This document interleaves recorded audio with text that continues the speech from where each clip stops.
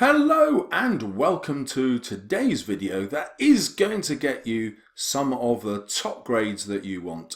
We're looking at Jekyll and Hyde, as you know, and this is my image to take the place of drug taking in Victorian society. Here's a very quick look at the British Library, and as you can see here we have opium tincture, laudanum, and this was a legal way of taking opium in the 1900s. Drug taking at that time was not illegal, but of course it was still addictive, so many middle-class readers were very worried about people in their family who could legally get hold of laudanum and who were becoming addicted to it.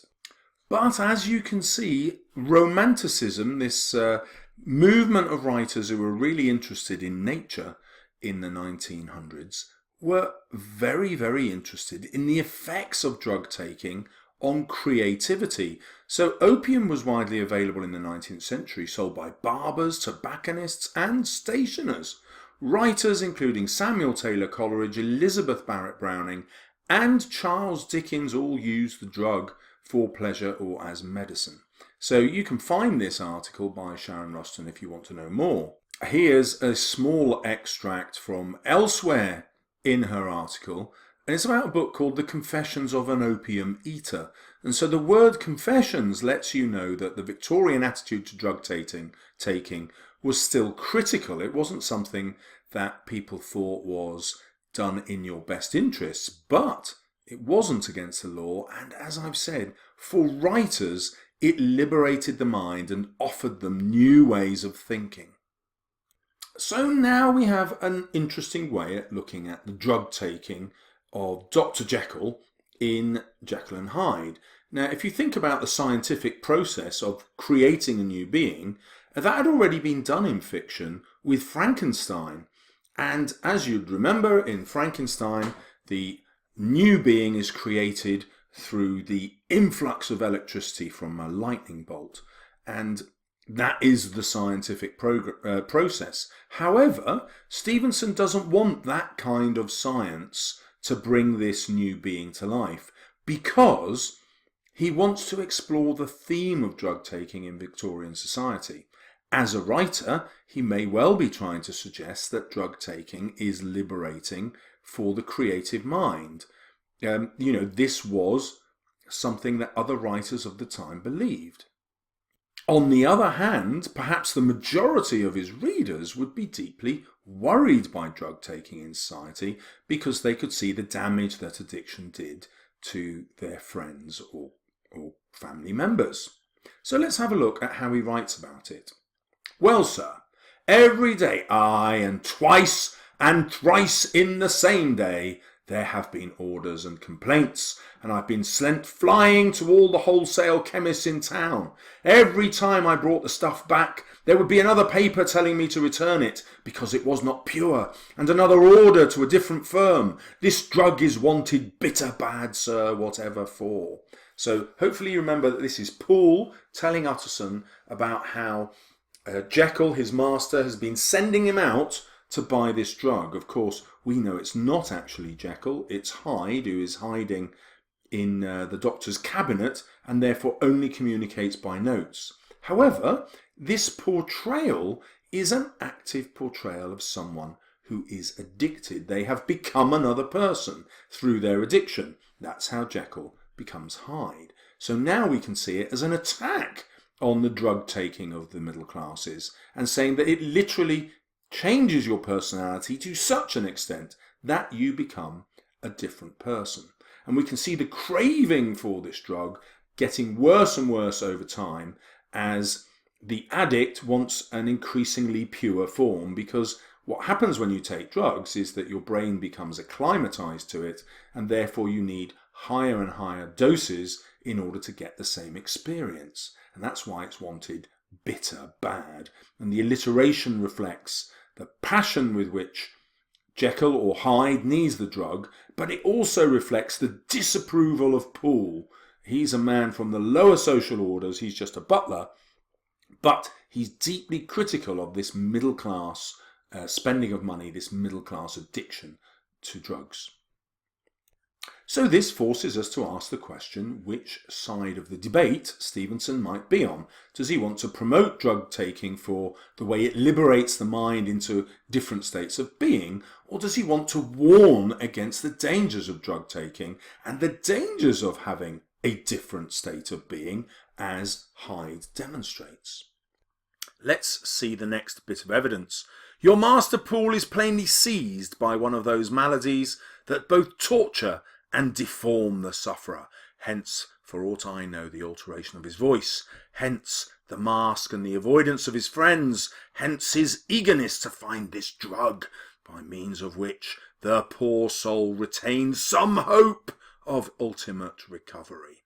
So this is Utterson speaking, and you can see that he believes the drug is so transforming that it reduces the taker to something worse. He is a poor soul, and the hope that this poor soul has of making a recovery is misplaced because the addiction is too great. So Utterson represents the Victorian reader's point of view.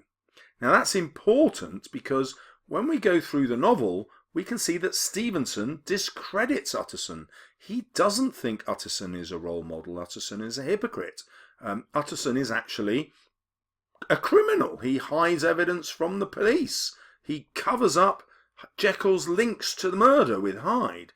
So what we have here is a view about drug taking which Stevenson undermines by giving that view to Utterson. Once you understand that, you will easily get into grade 8 when you discuss this in your essay. Now let's pause a moment here and think, well, when will I be able to use this information in an essay, Mr. Salles? Surely the examiners aren't going to ask me about drug taking in my GCSE literature exam.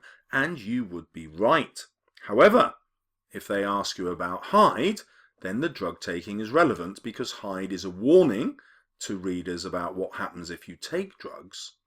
However, when we flip that to look at Stevenson's point of view, Hyde is also a celebration of how you can indulge your pleasures when you transform yourself again through drug taking. So we can, if we want, look at Stevenson promoting its creative benefits. Similarly, if you're writing about Jekyll, you can do the same. And in the unlikely event, well, I say unlikely, I imagine 1 in 4 years you'll get a question on Utterson. So let's imagine you get a question on Utterson. We can talk about his hypocrisy and how Stevenson wants to discredit Utterson's view of drug taking. Or you don't have to do that. You can read this as many of Victorian readers would and say, well, no, actually, I think Stevenson is completely against the taking of drugs, and therefore Hyde really is a warning, and that's why he kills Hyde off at the end. Our final piece of evidence comes from Dr. Jekyll himself. I knew well that I risked death for any drug that so potently controlled and shook the very fortress of identity might, by the least scruple of an overdose, or at the least inopportunity in the moment of exhibition, utterly blot out that immaterial tabernacle which looked to it to change. So here we have incredibly convoluted language to attack the dangers of drug taking. So first he looks upon our identity as a fortress, but that's not necessarily a good thing. A fortress is combative, it's there for times of war. This is the battle between good and evil. But if Stevenson is arguing that actually life isn't a battle between good and evil, it's just a set of experiences we can choose to have and different pleasures we can have, then Stevenson disagrees with Jekyll's view of the drug taking. Or, if you prefer, he uses Jekyll to give his view of drug taking, and therefore he is warning against giving up your identity to the addiction of drugs. He also warns against the possibility of overdose, which could lead to death, obviously, and that is a very real danger even in Victorian times, although they wouldn't have taken opium in the form of an injection. and so the level of overdose wouldn't have been likely to kill. They would have smoked it. A tabernacle is a temple. It comes from the Old Testament, so it is, if you like, a Hebrew word. And so we could argue that Stevenson doesn't think this is a good metaphor for the human body. It's an outdated one. After all, Christian tradition moves to the New Testament. So he may be using this word deliberately to discredit Jekyll's view that the drug is dangerous.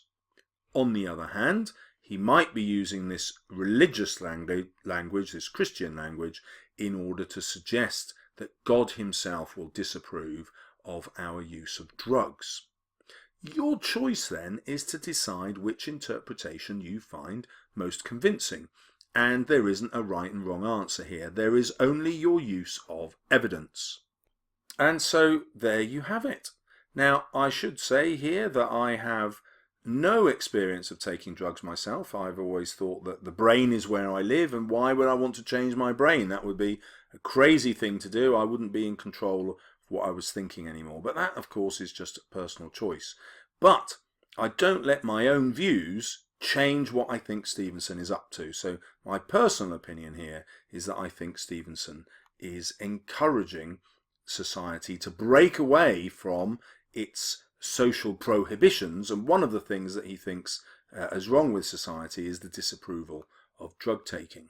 But whether Stevenson himself used drugs, of course, I don't know. We do know that he did disapprove of this kind of hypocritical society he was living in, and eventually moved for his health abroad, but also moved to, if you like, what Victorians would have thought of as more primitive cultures in order to escape those kinds of restrictions that British civilization imposed.